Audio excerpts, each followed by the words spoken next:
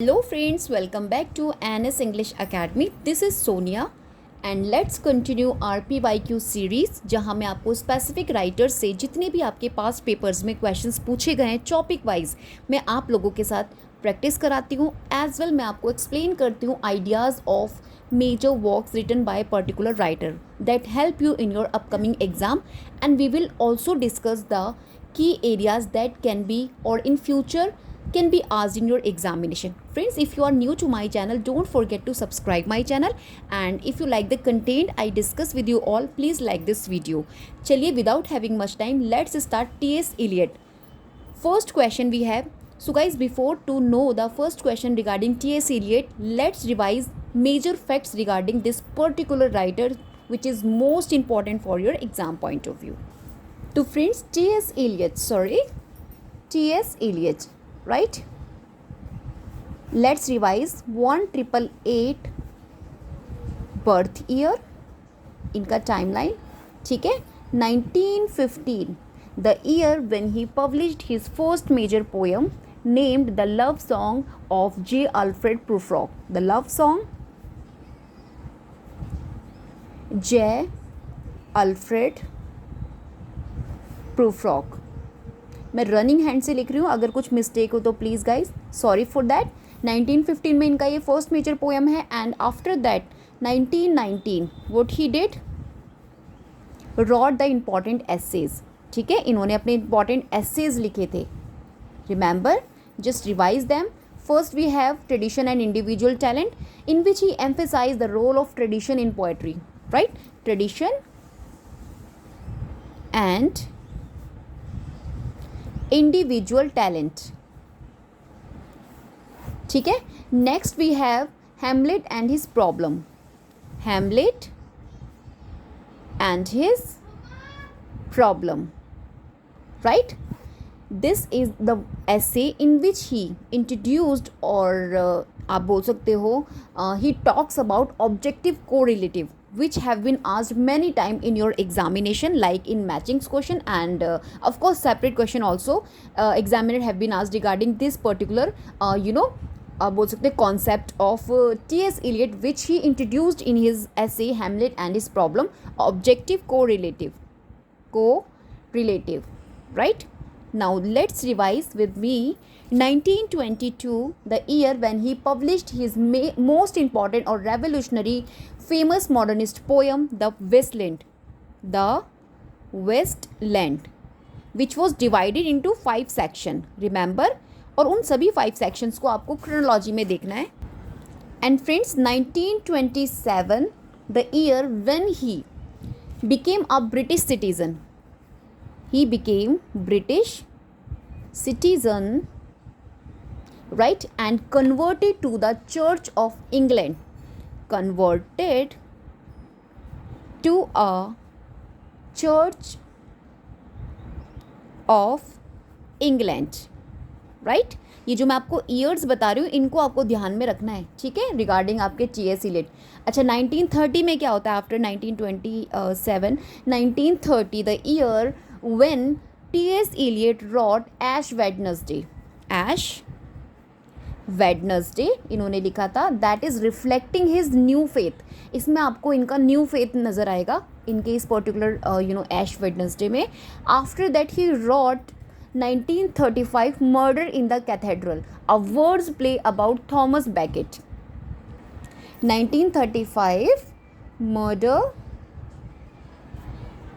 in the cathedral, right? Cathedral है ना, तो CATH, कैथेड्रल. इनका मोस्ट इंपॉर्टेंट वर्ड्स प्ले है, this is the words play, remember, ठीक है. और इसमें इन्होंने किसके बारे में है, अबाउट थॉमस बैकेट. ये सभी फैक्ट्स आपको ध्यान में रखने हैं. And 1943, the year when he wrote 4 quartets आप बोल सकते हो. ये इनका एक्चुअली कलेक्शन है of 4 long philosophical poems in which he wrote 4 long philosophical poem. अच्छा, जिन्हें आपको क्रोनोलॉजी में देखना है, ठीक है, मैं आपको बता दूंगी. if the question will we will get. 1948 most important year when he won the Nobel Prize in Literature, NPL, ठीक है, 1948, and 1965 the date or year when he passed away, right, he dead. तो ये चीज़ें आपको ध्यान में रखनी है. After this you will have to go towards the PYQs. Let's start first PYQ from the T.S. Eliot. While the world moves in appetency on its mettled way of time past and time future, these lines are from. अभी पूछा है कि ये आपकी lines कहाँ से, तो ये इनकी बर्ट नॉर्टन से. अभी मैंने आपको बताया है कि इन्होंने 4 क्वांटेंट करके, आपके जो T.S. Eliot ने 1943 में 4 क्वांटेंट करके इन्होंने कलेक्शन दिया था फोरलॉइंग फिलोसफिकल पोएम का, उसी का आपका ये बर्ट नॉर्टन पार्ट है, राइट. तो ये इसका फर्स्ट पार्ट है, दैट वाज 1936 पब्लिकेशन है, रिमेंबर. और सेकंड पार्ट है इसका ईस्ट कुकर, 1940 में आ रहा है. और थर्ड है इसका ड्राई सैल्वेज, ये इनका थर्ड पार्ट है 1941 में. और लिटिल गिडिंग 1942 फोर्थ पार्ट है, ठीक है. और इसी का अमागमेशन इन्होंने 1943 में कंप्लीट 4 लॉन्ग फिलोसफिकल पोएम्स के साथ इसको पब्लिश कराया था. What is the name of that title? 4 quartets. Remember, यहाँ से आपसे अक्सर क्वेश्चंस पूछे जाते हैं, जैसे अभी इन्होंने लाइंस दे दी है, ठीक है. तो इनको रिवाइज करना है. Now let's move on the next question. In his poem whisper of immortality, T.S. Eliot says that a dramatist was much possessed by death and saw the skull beneath the skin, and the poet knew the anguish of the marrow, the argue of the skeleton, who are the dramatist and the poet referred to by Eliot. Eliot ने किसके बारे में यहाँ पे refer किया है? Now please guys just keep in your mind और be prepared for the lines also. जो भी लाइन्स आपसे, मैं पर्टिकुलर राइटर से आपको लाइन्स यहाँ पे PYQ की फॉर्म में आपको आपके साथ प्रैक्टिस कर रही हूँ, इन सभी लाइन्स को आपको रिवाइज करना है, क्योंकि लाइन्स आपकी एज इट इज़ रिपीट होती है in your examination. You can easily get the same और direct question in your examination. तो please just follow the suggestion I try to give you in my videos. तो यहाँ पे जो आपके T.S. Eliot refer कर रहे हैं, ही refer actually John Webster and John Donne. Now please keep in your mind, it's most important question और कॉन्सेप्चुअल बेस्ड है. Now let's discuss next PYQ from the T.S. Eliot. Identify the correct chronological sequence of publication of the 4 parts of the 4 quartet. अभी पीछे मैंने आपको बोला कि जो इनका 4 quartet है, that was मतलब इसके अंदर इन्होंने 4 poems 4 पोएम्स अमार्क की हुई हैं.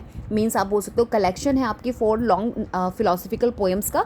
तो मैंने आपको पहले ही बोला था इसका आपको क्रोनोलॉजी देख के जाना है, क्योंकि यहाँ से भी क्वेश्चन आपको पूछा जाता है. तो देखिए, बर्ट नॉर्टन फर्स्ट है 1936, Easter cooker 1940, dry 1941 and little गिडिंग 1942. इसको आप याद करने के लिए बर्ट, इसका कीवर्ड याद कर लिए, बर्ट कहाँ से जले? ईस्ट से. और फिर उसके बाद क्या हो गए? ड्राई हो गए. ड्राई के बाद क्या बन गए? फिर से छोटे से लिटिल बन गए, ठीक है. इस तरीके से आप इसको लर्न कर लीजिएगा, क्योंकि एग्जाम टाइम में हमारा जो माइंड है वो जम्बल्ड अप हो जाता है and we are unable to remind all the things we cram और you can say we study before our exam. तो इन सभी को आपको ट्रिक से भी याद करना है. As I told you that smart studies help you a lot in your examination, ठीक है. चलिए नेक्स्ट क्वेश्चन की तरफ मूव करते हैं. What they asked here, a critical question. Eliot's prologue poses so important to an understanding of his character is. Now what you have to do, आपको इनकी ये जो पोएम है लव प्रोफ्रॉग वाली, जो भी मैंने पीछे बताया था, that was published in which year वो पब्लिश हुआ था. अभी मैंने हम लोगों ने पीछे डिस्कस किया था. इंपॉर्टेंट फर्स्ट इनकी मेजर पोएम थी 1915. यस, 1915 का जो इनका मेजर फर्स्ट पोएम है the love song of J. Alfred Prufrock, इसे आपको समराइज़ करना है अच्छे से, लाइंस टू लाइन आपको इसकी स्टडी करनी है. बहुत टाइम नहीं लगेगा. इनफैक्ट आपका मैक्सिमम टाइम लगने वाला है 20 और 30 minutes maximum. If you studied well manner, 30 minutes में आपका ये फिनिश हो जाएगा. इसको स्टडी कर लेना, क्योंकि इसकी लाइन से एज वेल दी जो पेंटर की he talks about in this poem, आपको क्वेश्चंस एग्जाम में डिफरेंट फॉर्मेट में मिलते रहते हैं. So please be prepared for this also. आप कहते हैं ना आपका हाई स्कोर क्यों नहीं हो रहा, वो इसी वजह से नहीं होता. Now you just keep in your mind जितना भी इंपॉर्टेंट एरिया है आपका, आप सिर्फ उसी को अच्छे से कवर कीजिए. बहुत सारा वाइड पढ़ने की ज़रूरत नहीं है. नो नीड टू स्टडी ये भी पढ़ लूँ वो भी पढ़ लूँ. नो, कम पढ़िए, लेकिन इतना पढ़िए अगर उससे आपसे कुछ पूछा जाए तो आप स्मार्टली उसको आंसर कर दें। एटलीस्ट वो चीज़ें पढ़िए जो आपके PYQs में एग्जामिनर आपसे पूछते हैं, ठीक है। होप आप समझ गए होंगे मैं आपको क्या बताना चाह रही हूँ। और यहाँ पे फ्रेंड्स आपसे पूछा है कि the critical question Elias Prufrock poses so important to an understanding of his character is do I dare, right? So this is the answer. Now let's move on the next question. Next question, Il Miglior Fabro. This is the most important. मेरे पास pen है, मैं इसलिए underline नहीं कर रही. Is the expression Eliot used for? अभी देखिए ये क्या है. This is the Italian meaning. इसका जो ये एक इटालियन में लिखा है और इसका जो मीनिंग है that was the better craftsman और the best craftsman आप बोल सकते हो. Eliot जो है इन्होंने बोरो किया था इस फ्रेज को from the Dante, ठीक है. और where Dante uses it to praise Arnaut Daniel, ठीक है. यहाँ से आपको क्वेश्चन बन सकता है कि जो आपका डांते ने जो फ्रेज यूज़ किया था उसमें उन्होंने किसको प्रेस किया था, तो आंसर भी है Arnaut Daniel. Now let me have pencil first. तो friends just keep in your mind, जो आपके डांते ने इस पर्टिकुलर फ्रेज में जिस बंदे को प्रेस किया था उसका नाम था आर नॉट. सॉरी फ्रेंड्स, बहुत छोटा पेंसिल मेरे बच्चों ने मुझे दिया है, the two naughty actually, Daniel, ठीक है. इनको प्रेस किया था. अभी इलियट ने इसको यूज़ किया था इजरा पाउंड के लिए, in the honour of Ezra Pound. Just remember whatever I just told you, ठीक है. अच्छा, इन्होंने क्या बोला था इलियट ने, ही कंसिडर और ही से जो आपके इजरा पाउंड थे made his poem, this poem, which poem, the Waste Land, this poem better with his craftsmanship just like Dante praise Arnaut Daniel. तो जैसे अर्नो डैनियल को आपके डांते ने प्रेस किया था with the help of this Italian phrase एल मिगिलोर, in same way आपके T.S. इलियट ने इजरा पाउंड को किया था. यहाँ पे वही पूछा है Ezra Pound the answer to this question, ठीक है.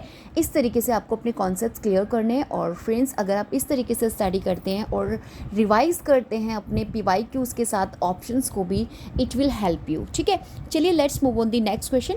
Influence of the Indian philosophy is seen in the writings of. Indian philosophy आपको कहाँ मिल जाएगी, इन्फ्लुएंस T.S. Eliot के वर्क्स में, in his writings. Next question, which Eliotian character utters the question do I eat a peach.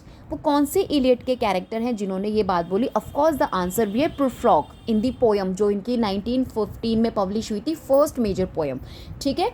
Next question we have, in its final published version Eliot's The Wasteland contains a total of.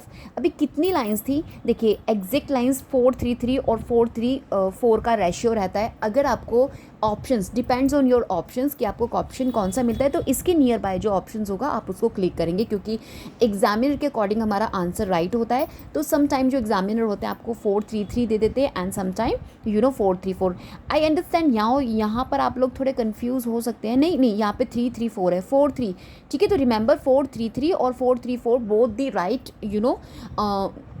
Final मतलब answer है. आपको option में जो भी मिलेगा whether, so you click it. और 5 sections आपको देखकर जाने हैं इसके वेस्टलैंड के इन क्रोनोलॉजी मैनर, ठीक है. वैसे मैं आपको बता देती हूँ, बहुत इजी हैं. अगर आपने, हो सकता है आपने उसको लर्न भी किया हो पहले से.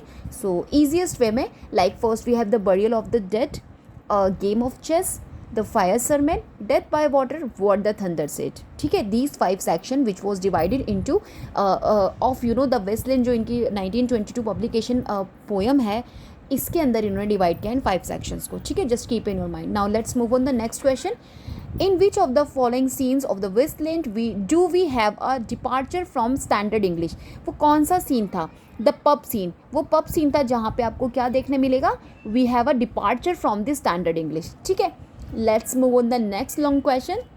Along the shore of silver streaming Thames, whose rutty bank, the which his river hums, was painted all with variable flowers, fit to deck maidens, bows and crown, their paramours against their bridal day, which is not long. Sweet Thames run softly till I end my song. Spenser's Prothalamion से lines दी गई है. हमने अपने masters में बहुत detailed में इसको study किया है. We all know about it. Another poet fondly recalls these lines but cannot conceal their heavily ironic tone in. तो वो कौन सा है another poet? आंसर भी है T.S. Eliot वेस्टलैंड, ठीक है.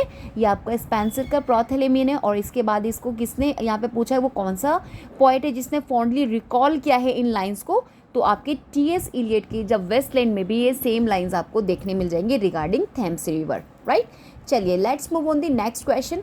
Now you will have to arrange the sections of the Waste Land in order in which they appear in the poems. देखिए क्वेश्चन आपको मिल गया एंड यू कैन एग्जामिनर आपसे ज़रूरी नहीं है कि आपको क्रोनोलॉजी पूछेगा, समटाइम दे मिस्ड आउट, ठीक है, वो मिस कर देते हैं कई बार उसको रॉन्गली, मतलब कुछ अलग सा टाइटल लिख देते हैं, मतलब नियर बाय जो होता है, तो इस तरीके से आपको क्वेश्चन मिल जाता है। देखिए मैंने यहाँ पर नंबरिंग किया हुआ है, आंसर बेसिकली आपका डी है। तो फर्स्ट नंबर पर हमारा burial of the dead, next हमारा a game of chess, number 3 fire sermon, number 5 death by water, number 5 what the thunder said. देखिए थंडर हमेशा लास्ट में आता है, ठीक है, और बरीड तो लास्ट में थंडर है और स्टार्टिंग में बरीड है। पहले तो इन दो चीज़ों को अपने माइंड में ट्रिक करके रखना, क्योंकि एग्जाम में अगर आएगा तो मैंने आपको एज आई टोल्ड यू कि माइंड ईजिली जम्बल्ड अप हो जाता है, तो वो चीज़ ना हो, एंजाइटी ना हो। चलिए next question, which of the following character from Eliot Waste Land is not correctly mention.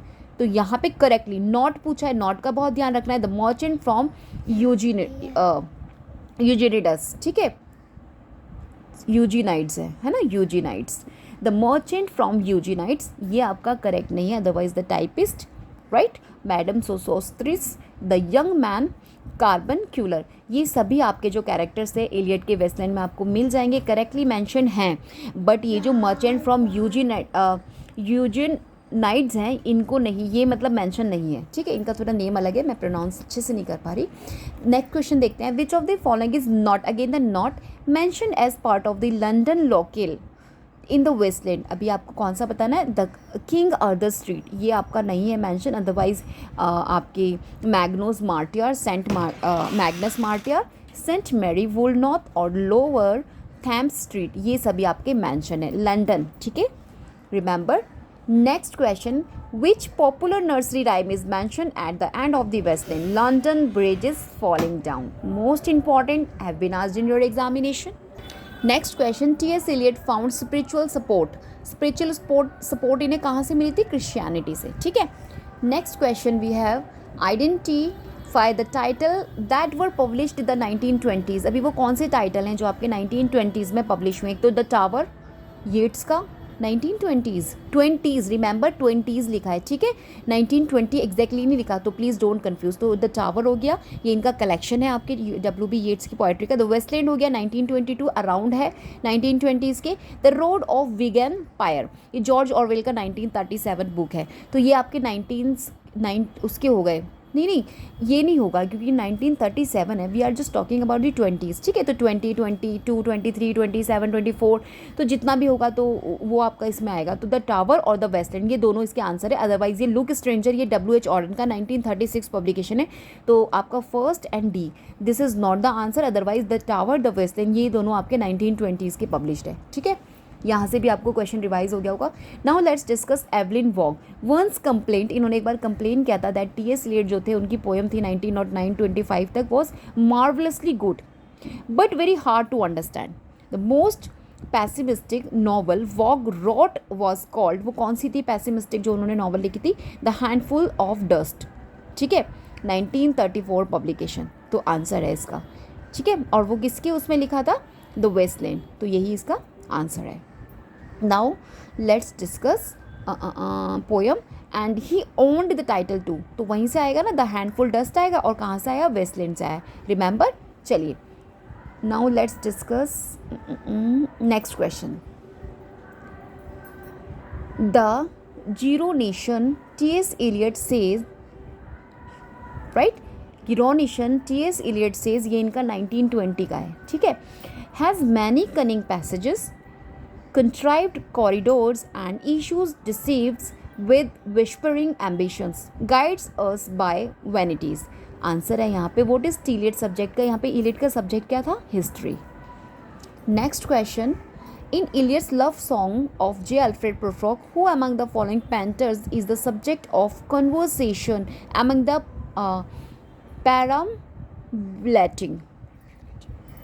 perambulating women, ठीक है। Michelangelo, answer we have, who among the following are two great masters of the French language that T S. Eliot contrast with Dryden and Milton in the metaphysical poet, तो answer we have B and C, यानी कि gene रेसाइन और Charles बॉद्रियाल। तो friends ये आपके T S Eliot के P Y Qs हो गए। अपार्ट फ्रॉम दिस आपको क्या क्या चीज़ें रिवाइज करनी है और इनके थीम्स रिवाइज करने हैं वर्क्स के, लाइक स्पिरिचुअल एम्प्टीनेस की बात करते हैं, search for meaning, criticism of modern urban life, importance of tradition in art, desire for religious faith and salvation. These things you find as a theme in his writings as well. आपको इनके T S Eliot के major work the waste land, love song, J Alfred Prufrock, four quartets और murder in the cathedral जो इनका play है, इसको आपको detail में स्टडी करना है। और इनकी क्रिटिकल टर्म्स जो है like objective correlative, impersonal theory, mythical method और फ्रेगमेंटेशन, एल्यूजन, इन सभी को आपको ध्यान में रखना है, इनको स्टडी करना है। एज वेल आपको इनके स्टाइल का ध्यान रखना है कि he combines modernist experimentation and classical tradition को, इन दोनों ही स्टाइल को ये कंबाइन करते हैं अपनी राइटिंग्स में। तो these thing you will have to keep in your mind, क्योंकि ये आपको हेल्प करेंगे अगर आपको क्वेश्चन इनसे मिलता है कॉन्सेप्चुअल, अगर नहीं डेफिनेटली आपको क्वेश्चन मिलेगा, ठीक है। Now let's discuss P Y Qs from the WB Yeats, जो आपके इरिश मॉडर्न पोइट हैं। इनसे कितने आपके पास पेपर्स में यूजीसी नेट के एग्जाम्स पूछे गए हैं, इसके साथ साथ इनके फैक्ट्स कौन कौन से आपको रिवाइज करने हैं, लेट्स डिस्कस। चलिए पहले मैं आपको इनके क्वेश्चन डिस्कस करने से पहले मैं आपको इनके कुछ फैक्ट्स बता देती हूँ WB यीट्स के, that you have to revise. तो फ्रेंड्स आपके WB यीट्स, राइट, यीट्स, इनका जो टाइम है मींस जो 1865, ये आपकी आयरलैंड के हैं, ठीक है। He born in this year and what happen 1889, he met Maud Gonne, remember the character, most important character in his life, Maud Gonne, who became his muse and inspired many of his poems, remember। तो 1889 the year when he met Maud Gonne, ठीक है। Now 1893 the year when he published the Celtic Twilight, the Celtic Twilight, Celtic twilight, जहाँ इन्होंने reflect किया था अपना interest in Irish mythology and folklore में, ठीक है। Now the year 1899, why it is most important, because he co-founded the Abbey Theatre, he co-founded the Abbey theatre. मैं जितनी भी आपको ये फैक्ट्स बता रही हूँ ना, सभी आपके बेस्ड हैं PYQs पर, तो ये इन्हें आपको अच्छे से स्टडी करना है, रिवाइज करना है। डबलिन का ये जो अबे थिएटर के को फाउंडर हैं, ये आपका बेसिकली एसोसिएटेड है Dublin, a centre for Irish drama, ठीक है। Now let's discuss 1916। Sorry friends, I think you can not see properly, hope now you can see, क्योंकि मुझे ना उसका मतलब अकॉर्डिंग टू पेज करना पड़ता है, तो मैंने उसको एडजस्ट नहीं किया था, रियली सॉरी। चलिए मैं फिर से WB यीट्स 1865 ये आपका ईयर ऑफ बॉर्न है, इनका आयरलैंड के हैं। 1889 the year when he met the Maud Gonne. 1893 he actually 93 the Celtic Twilight इन्होंने पब्लिश कराया था, जिसमें इन्होंने रिफ्लेक्ट किया था इंटरेस्ट इरिश मैथोलॉजी और फॉकलोर को। जस्ट रिवाइज करते जाना जल्दी जल्दी।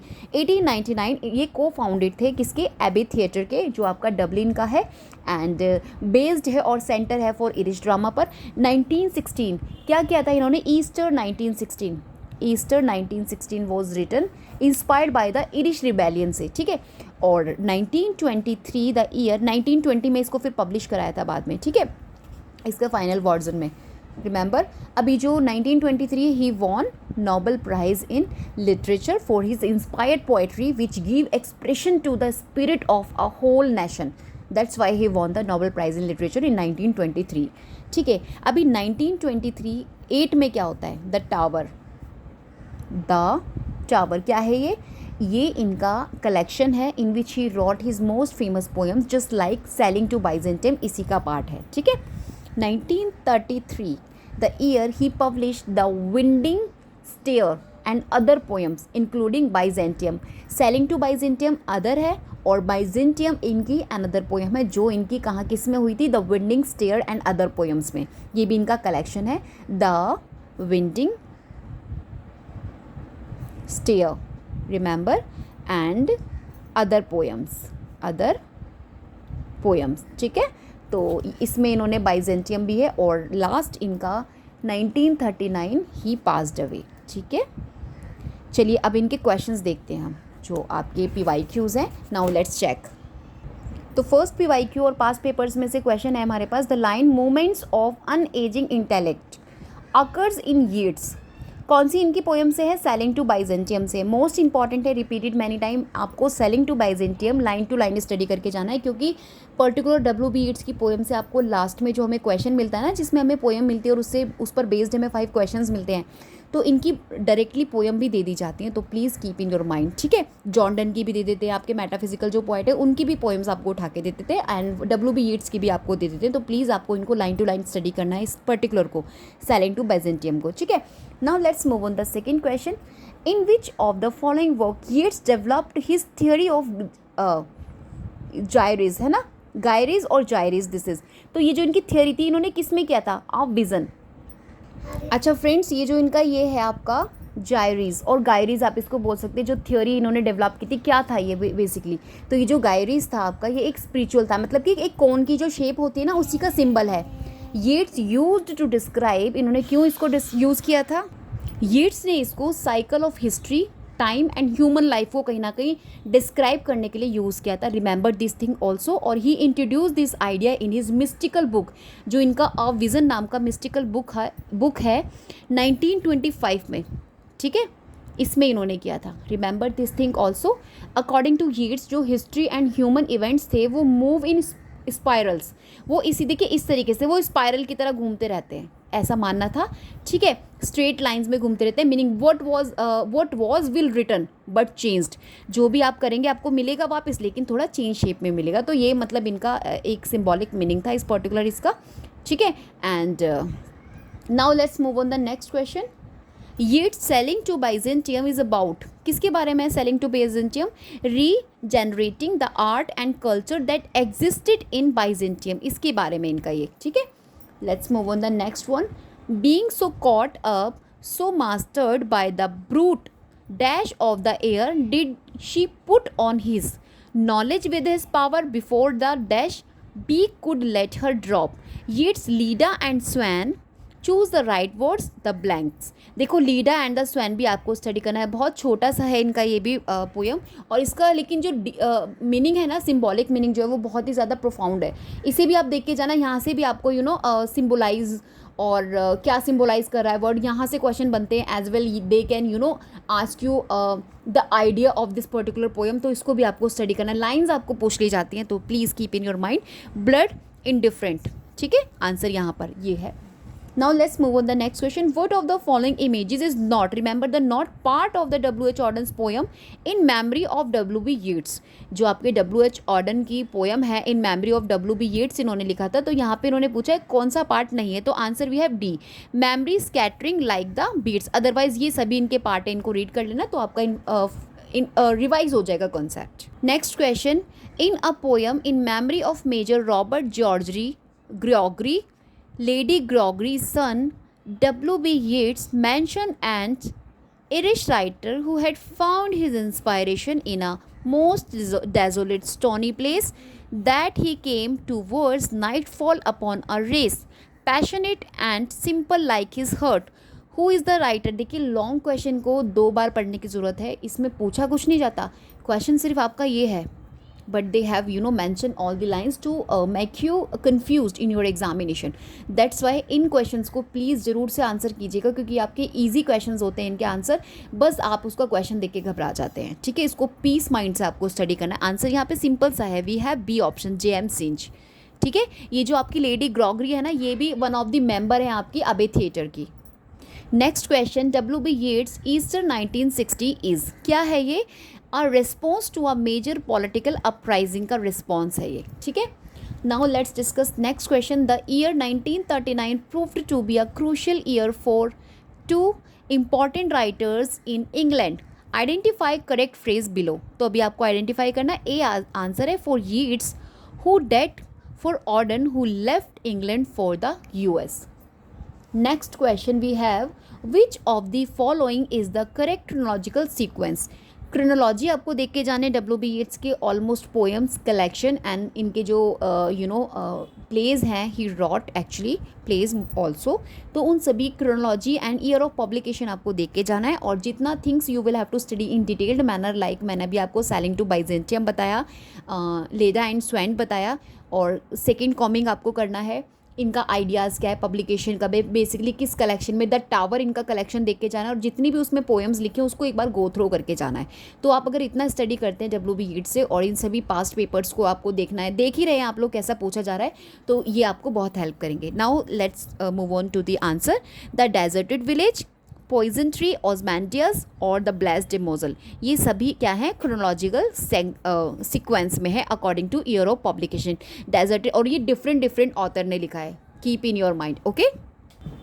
विच one of the following modern poems employs ottava rima, तो answer we have among school children, ठीक है, अमंग स्कूल चिल्ड्रन आपका ये ऑक्टेवा रीमा में लिखा गया है। Now let's discuss next, a sudden blow, the great wings beating still above the staggering girl, her things pierced by the dark webs, her nap caught in his bill, behold her helpless breast upon his breast, who is the author of this, तो answer भी है W B Yeats. और ये जो line है ना, ये इसकी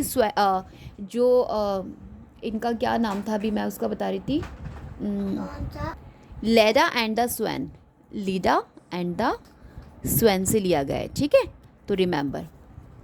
now let's discuss next, consume my heart away sick with desire and fasten to a dying animal, the above lines are taken from sailing to Byzantium, right. Next question, that women's days were spent in ignorant good, will her night in argument until her voice grew thrill, W.B. Yeats का It is the 1960, who is the poet referring to, किसको poet refer कर रहे हैं यहाँ पे, Constance गौर को, booth मार्कविक्स, ठीक है, इनको यहाँ पे रेफर किया जा रहा है, remember. Next question we have, on which of the following author has Peter Ackroyd not written a biography, answer we have W.B. Yeats, ठीक है। Next question, who is the author of the collection of the Celtic twilight, Celtic twilight collection किसने लिखा है, W.B. Yeats ने लिखा है, मैंने आपको अभी पीछे भी बताया था when I was just telling you the facts regarding, ठीक है, तो remember.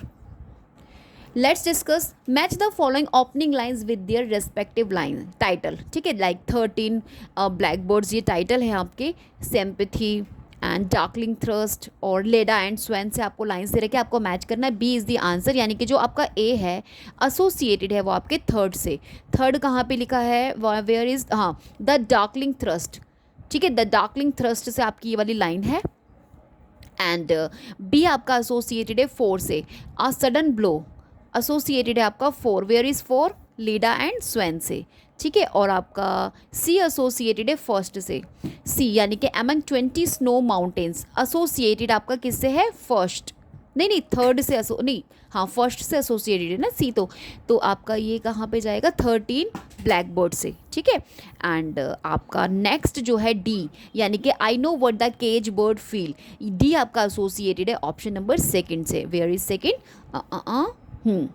Sudden the great wings beating still, sympathy, ठीक है, नहीं ना सिंपैथी है, ये है सिंपैथी, यहाँ से एसोसिएटेड है, ठीक है, थोड़ा सा लिखा है इसी तरीके से, है ना।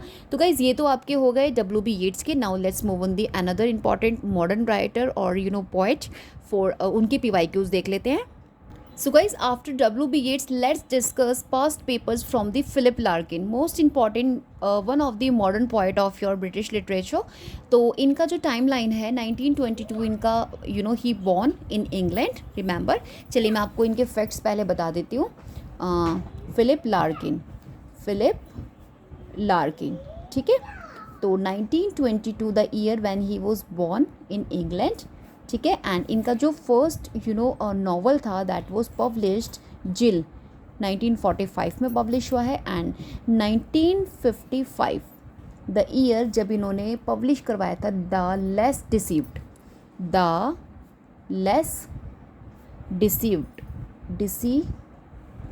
ठीक है, क्या है ये less deceived, this is the first major poetry collection write by Philip Sidney. Now let's discuss 1964, this is the year when he published the Whitsun Wedding, most important the Whitsun, ये आपका मास्टर्स में आपने study किया था ना, Whitsun WH है, ठीक है, Whitsun Wedding। 1964 पब्लिकेशन है, वन ऑफ हिज मेजर और फेमस पोएट्री कलेक्शन है ये भी इनका. Remember 1974 the year when he published high Windows, right. ये हाई विंडोज़ क्या है? इनका ये फाइनल पोएट्री कलेक्शन है. This is the final poetry collection, right. And 1984 the year, ठीक है, यहाँ पे मैंने लिखा है विट्सन वेडिंग. 74 हाई विंडोज़, ये इनका आपका फाइनल पोएट्री कलेक्शन है. और उसके बाद 1984 द ईयर, जब इन्होंने डिक्लाइन किया था the position of poet laureate offer after John Benjamin's death, ठीक है, उसको इन्होंने डिक्लाइन कर दिया था. He does not want to be on the position of poet laureate in 1984, remember. And 1985 the year when he passed away. ठीक है, चलिए अब इनके हम PYQs देख लेते हैं. First PYQ we have, in which Philip Larkin's poem does he refer to long uneven lines of men waiting to be enlisted for the war, never such innocence again, conclude the poem. मतलब poem में conclude कर रहा है. Answer we have MX4. ठीक है, let me be इसका answer है. चलिए मैं आपको इसके बारे में बता देती हूँ अभी पहले. तो फ्रेंड्स, ये जो इनका ये लिखा है ना, ये आपका रोमन नंबरल्स है जिसका मीनिंग है 1914. रिमेंबर 1914. यहाँ पे रेफ़र करा जा रहा है to the year world war first begin. 1914 में आपका वर्ल्ड वॉर फर्स्ट था, बिगिन हुआ था, तो उसी को यहाँ पे रेफ़र किया जा रहा है. और मार्किंग किया जा रहा है the end of N era of innocence in England, कि इस वर्ल्ड वॉर फर्स्ट के बाद क्या हो रहा है, आपका जो इनोसेंस इन इंग्लैंड में है वो इरा क्या हो रहा है, कंप्लीट हो रहा है. ठीक है, तो ये इनका बेसिकली टाइटल का मीनिंग है. और इस पर्टिकुलर वर्क के अंदर और पोएम के अंदर इन्होंने क्या किया है, नॉस्टैल्जिया आपको देखने मिलेगा for a time before the war disrupted life, loss of innocence, time and history, social symmetries, kinds of things you find in this work of Philip Larkin. The lines we have never such innocence, never before और since, as changed itself to past, ये आपकी major lines हैं जो इसमें है. और Winston wedding जो था ना 1964, उसी में मतलब आप बोल सकते हो ये आया था. ठीक है, तो now please just keep in your mind the Winston wedding that was 1964 poetry collection, उसी का एक ये वन ऑफ द पोएम है आपका 1914, राइट. चलिए let's move on the next question. Which of the following poems by Philip Larkin is best describe as a self elegy anticipating the poet's death? तो answer we have ambulance. This is also important. तो friends मैं आपको बता दूँ, ये जो आपका ambulances नहीं है, ये आपका है ओबेड. ठीक है, ओबेड. तो फ्रेंड्स यहाँ पे सॉरी एम्बुलेंस नहीं है, please my bad, aubade answer है इसका, जो इन्होंने यहाँ पे लिखा है. Which of the following poem Philip Larkin is best describe as a self elegy, anticipate कर रहे हैं जहाँ पे पोइट की डेथ को एंटिसिपेट किया जा रहा है. तो ये आपकी ओबेड है. और ये कहाँ पर इनका जो पब्लिश हुआ है, in the times literary supplement में 1977 दैट वॉज पब्लिश. और ये जो आपका ओबेड है, ये ट्रेडिशनली अ पोएम है अबाउट डाउन और मॉर्निंग. ठीक है, love song to the sunrise. तो यहाँ पर आपको फियर ऑफ डेथ का मिल जाएगा. सेंट्रल आइडिया है लार्किन की ये इस पर्टिकुलर पोएम का, लॉनलीनेस, आइसोलेशन. ठीक है, इस पर बेस्ड है. सॉरी गाइज मैं कंफ्यूज हो गई थी क्योंकि मुझे लग रहा था एम्बुलेंस, क्योंकि एम्बुलेंस के बारे में भी चलिए मैं बता देती हूँ, ये भी इनकी मोस्ट इंपॉर्टेंट है. और आपको ये भी पता होना चाहिए उनके किस कलेक्शन में पब्लिश हुई, क्योंकि यहाँ से आपसे क्वेश्चन एग्जामिनर पूछते हैं. तो आपका जो ये एम्बुलेंस है, द लेस डिसीव्ड, जो 1955 पब्लिकेशन है, लेस डिसीव्ड इनका पोएट्री कलेक्शन है. इस पर्टिकुलर कलेक्शन में एम्बुलेंस इनका पब्लिश हुआ है, जिसमें इन्होंने mortality, death, ordinary life, interrupted, fear of death, human frailty के बारे में बात की है. ठीक है, तो just please keep in your mind both the things जो मैंने आपको बताई है. Now let's move on the next question. Are almost instinct almost true, what will survive और अस is love? Identify the poem by Philip Larkin that ends with the above line. अभी वो कौन सी पोएम है? An Arundel tomb.